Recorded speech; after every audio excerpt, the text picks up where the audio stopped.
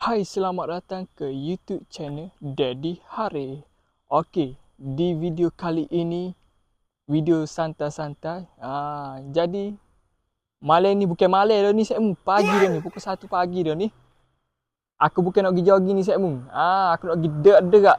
Aku kata ni, healing-healing tepi jalan. Jom Sekmu, let's go. Ni Sekmu. Lah ni aku duduk tepi jalan lah Sekmu. Suasana tu amat-amat sunyi.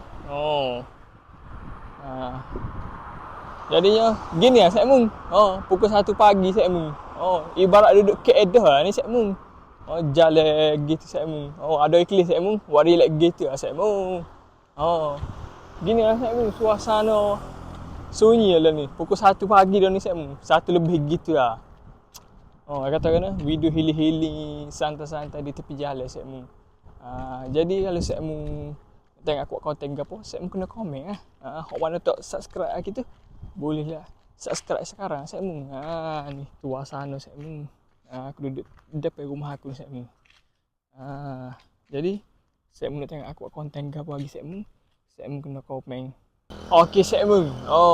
Jadinya healing-healing sore tak sedap juga Sekmu. Lepas tu aku buat keputusan aku duduk tepi jalan ni dok, sambil-sambil healing kita tengoklah kereta berapa buti lalu, motor berapa buti lalu. Kita tengok tapi sunyi dah ni Sekmu. Memang tak ada orang langsung Sekmu. Sekmu tengok suasana. Suasana Sekmu. Memang sunyi lah Sekmu. Memang sunyi Sekmu. Jadi yang mana belum subscribe lagi boleh subscribe sekarang. Sekmu jangan lupa komen di bawah.